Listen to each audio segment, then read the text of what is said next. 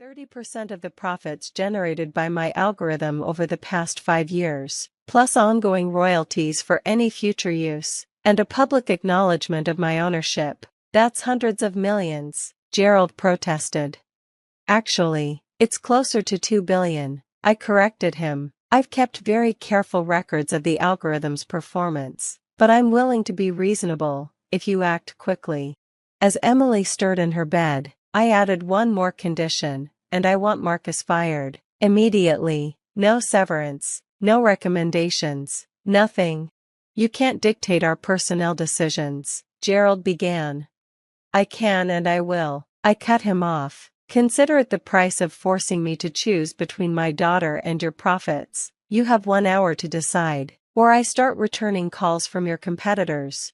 After hanging up, I focused on Emily as she woke up. The nurses reported her treatment was showing positive results, the best Christmas gift I could have asked for.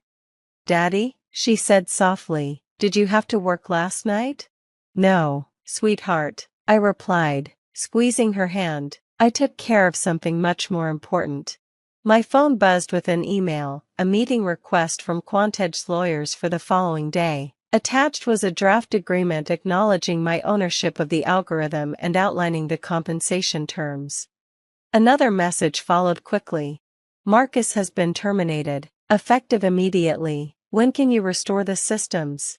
I looked at Emily, then back at my phone. After I'm sure my daughter is stable, the algorithm can wait. Family comes first, something your company should have understood.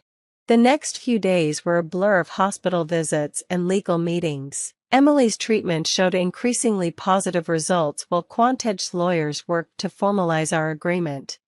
The final terms exceeded my initial demands: full ownership of the algorithm's intellectual property, $3 billion in back compensation, and ongoing royalties for any future use, plus a public statement acknowledging my innovation and ownership. Marcus, meanwhile, found himself blacklisted in the financial technology sector, apparently. Forcing an employee to choose between work and their dying child on Christmas Eve didn't play well in the industry. 1 week after Christmas, as Emily was being released from the hospital with an optimistic prognosis, I received an unexpected visit from Gerald Maxwell himself. You could have destroyed us, he said without preamble.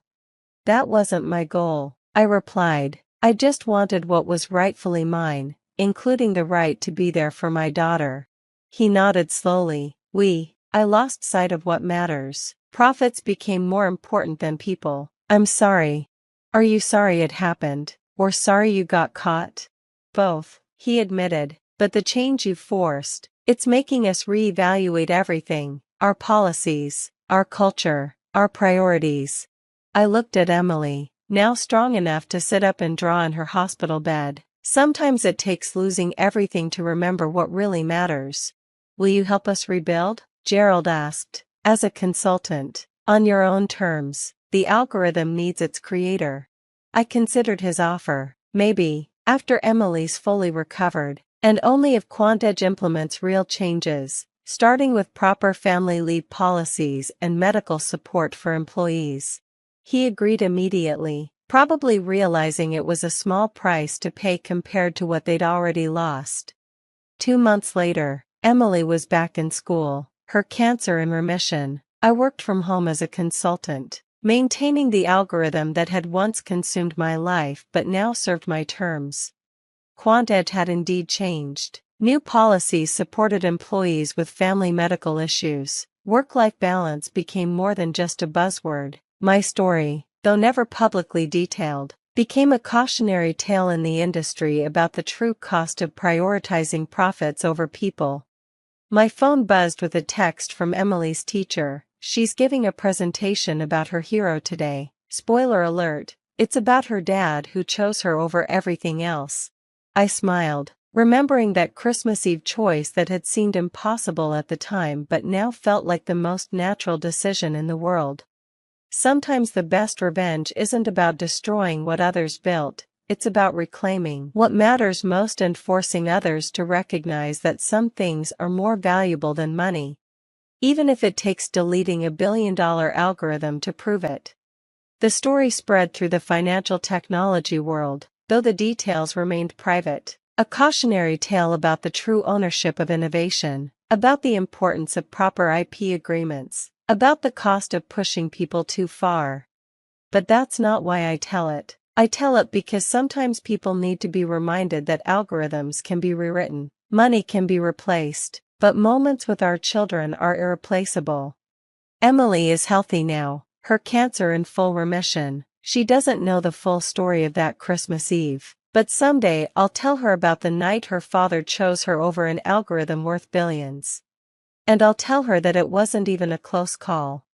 Because sometimes the best code we write isn't in algorithms or programs, but in the examples we set for our children about what truly matters in life. Even if it means deleting everything else to prove it. Either work or you're fired, Marcus barked through my phone. The trading algorithm needs maintenance tonight. I don't care if it's Christmas Eve. I looked at my 8-year-old daughter Emily lying in her hospital bed, tubes and monitors surrounding her as she fought through another round of chemotherapy. The doctors had said these next 24 hours were critical. Marcus, my daughter is in critical condition, I said, trying to keep my voice steady. I can't leave her. Not my problem, David. The algorithm needs to be ready for the Asian market's opening. Either do your job or clean out your desk tomorrow. I'm David Chen, 42, senior software engineer at QuantEdge Capital, or at least I was until this moment. For 5 years, I'd built and maintained the trading algorithm that had transformed their modest fund into a billion-dollar powerhouse. The same algorithm I'd coded while caring for Emily as a single dad after her mother passed away. You're really going to make me choose between my dying daughter and your profits? I asked quietly. Your personal problems aren't the company's concern, Marcus replied coldly. The algorithm needs maintenance, period. Do it remotely if you have to, but it needs to be done by midnight. I looked at Emily again, her small face pale against the hospital pillow. The doctors had said the next round of treatment was her best chance, but the timing was crucial. She needed me here, needed her father by her side. I understand, I said finally. I'll take care of it. After hanging up, I opened my laptop, connecting remotely to QuantEdge servers. The trading algorithm, my creation, my code, my intellectual property that they'd claimed as their own, hummed away in the background, generating millions in profits even on Christmas Eve. What Marcus didn't know was that I'd been preparing for something like this. Years of watching them prioritize profits over people, of seeing them exploit every loophole and advantage, had taught me to have contingencies ready. I typed in my admin credentials and began accessing the core systems, not to maintain them, but to execute a plan I'd hoped I'd never need to use. The hospital room was quiet except for the steady beep of Emily's monitors. A nurse came in to check her vitals, giving me a sympathetic smile. She'd been here for Emily's previous treatments, had seen me working on my laptop during the long nights, trying to balance my daughter's care with the demands of my job. Everything okay, Mr. Chen? She asked, noticing my tense expression. It will be, I replied, continuing to type, one way or another. At precisely 11:59 p.m. on Christmas Eve, I executed a series of commands that I'd embedded deep in the algorithm's code, commands that would systematically erase my work while making it look like a catastrophic system failure. As midnight struck, I watched 5 years of code that had earned QuantEdge billions but had cost me countless hours with my daughter, disappear line by line. My phone began ringing immediately. Marcus, then the CTO, then increasingly panicked messages from the technical team. I ignored them all, focusing instead on Emily as the nurses started her critical treatment. Daddy, she whispered, her eyes fluttering open, you're still here? Of course, sweetheart, I said, taking her hand, I'm not going anywhere. Hours passed. Emily's treatment progressed while my phone continued to explode with messages and calls. QuantEdge was in chaos. Their precious algorithm, the source of 80% of their revenue, completely gone. At 8 a.m. on Christmas morning, as Emily slept peacefully after a successful treatment, I finally checked my messages. From Marcus, what the hell happened? Fix this now. From Tom, CTO systems completely down. Need you here ASAP. From HR, your presence is required immediately. Disciplinary action pending.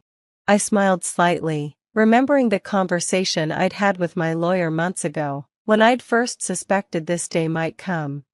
The algorithm's intellectual property rights were never properly transferred, she had confirmed. They claimed it under your employment contract, but the specific innovation was developed using your own resources, on your own time. You've documented this? I had. Every line of code, every development milestone, every late-night session working from Emily's hospital room, all carefully logged and timestamped. The algorithm that had made QuantEdge billions had been created on my personal laptop, using my own development framework, during hours I wasn't being paid for. My phone rang again, this time. It was Gerald Maxwell himself, QuantEdge's founder and CEO. David, he said when I answered, his usual arrogance replaced by barely controlled panic. What's happening with our systems?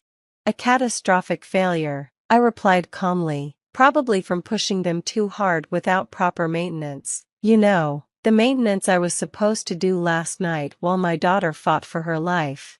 There was a long pause. David, whatever issues you have with Marcus, we can discuss them, but we need that algorithm back online now. The Asian markets are closed for Christmas, I interrupted, and when they reopen, QuantEdge won't have access to my algorithm anymore. Your algorithm? Gerald's voice hardened. That technology belongs to QuantEdge.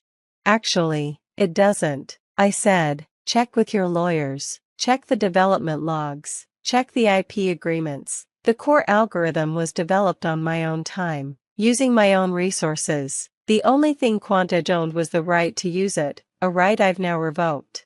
This is ridiculous, Gerald spluttered. We'll sue you for everything you have. Go ahead, I replied. I'm sure the press will love the story. Investment firm forces single father to abandon critically ill daughter on Christmas Eve. Great publicity. The silence that followed was deafening. What do you want? Gerald finally asked. I looked at Emily, peaceful in her hospital bed, her latest treatment showing promising signs. I want to spend time with my daughter without your company's constant demands. I want the algorithm's intellectual property rights formally acknowledged as mine, and I want compensation for the billions you've made using my innovation. Or what? Or I take my algorithm to your competitors. I'm sure they'd be interested in the technology that generated 80% of QuantEdge's revenue. Another long pause. How much?